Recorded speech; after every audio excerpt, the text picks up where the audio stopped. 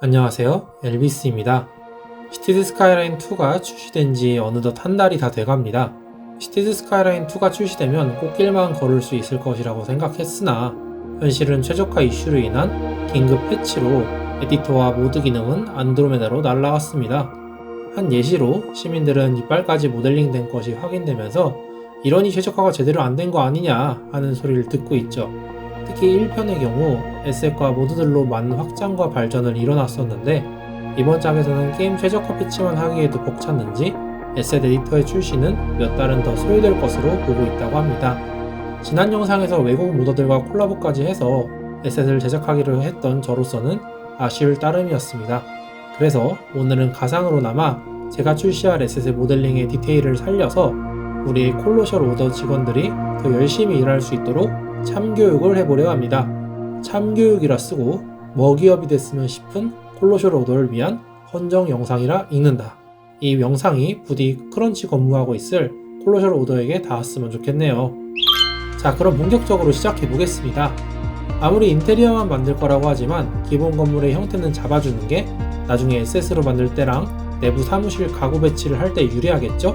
실제로 저는 작업할 때 이 건물의 내부 구조를 알고 있다고 생각하고 만들 때 건물 외관도 구성하기 한결 수월해지더라고요.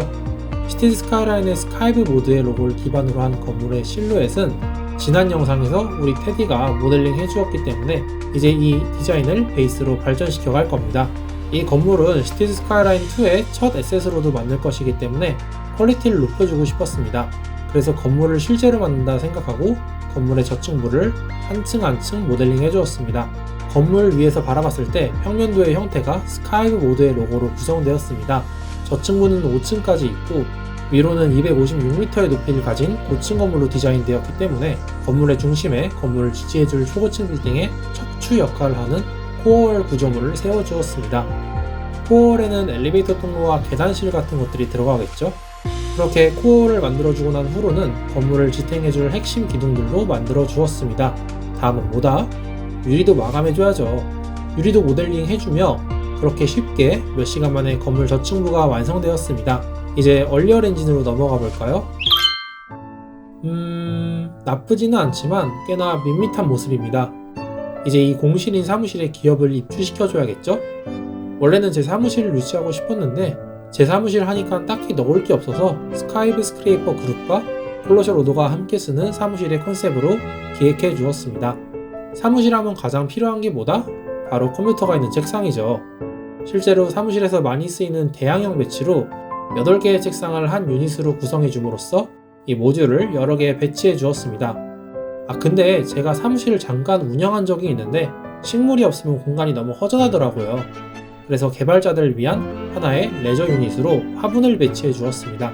이제 대기업 콜로셜 오더를 위한 자리 배치는 다 된 것 같습니다. 하지만 이번엔 특색이 없네요. 엘리베이터 로비 쪽에 콜로셜 오더 간판을 달아주고 사무실 내부에는 스카이브 스크레이퍼 그룹의 심볼과 콜로셜 오더의 심볼을 달아줍니다.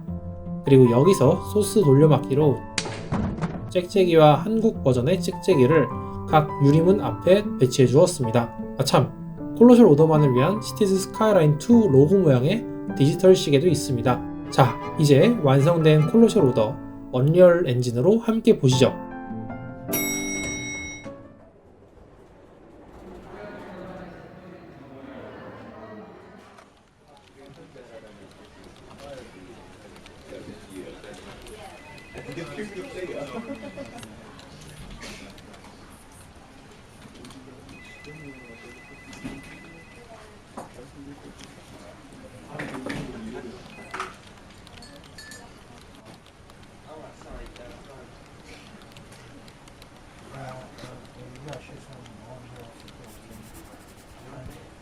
Do you want a full reference number?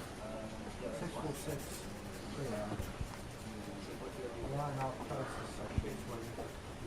One for there.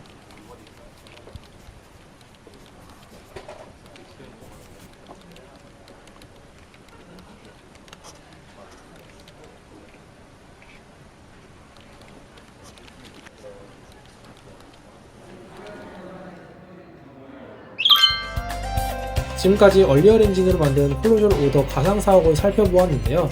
다음번엔 어떤 건축물 혹은 인테리어를 얼리얼 엔진으로 만들어 볼까요? 여러분의 아이디어를 댓글로 남겨주세요. 영상 마치겠습니다. 시청해주셔서 감사합니다.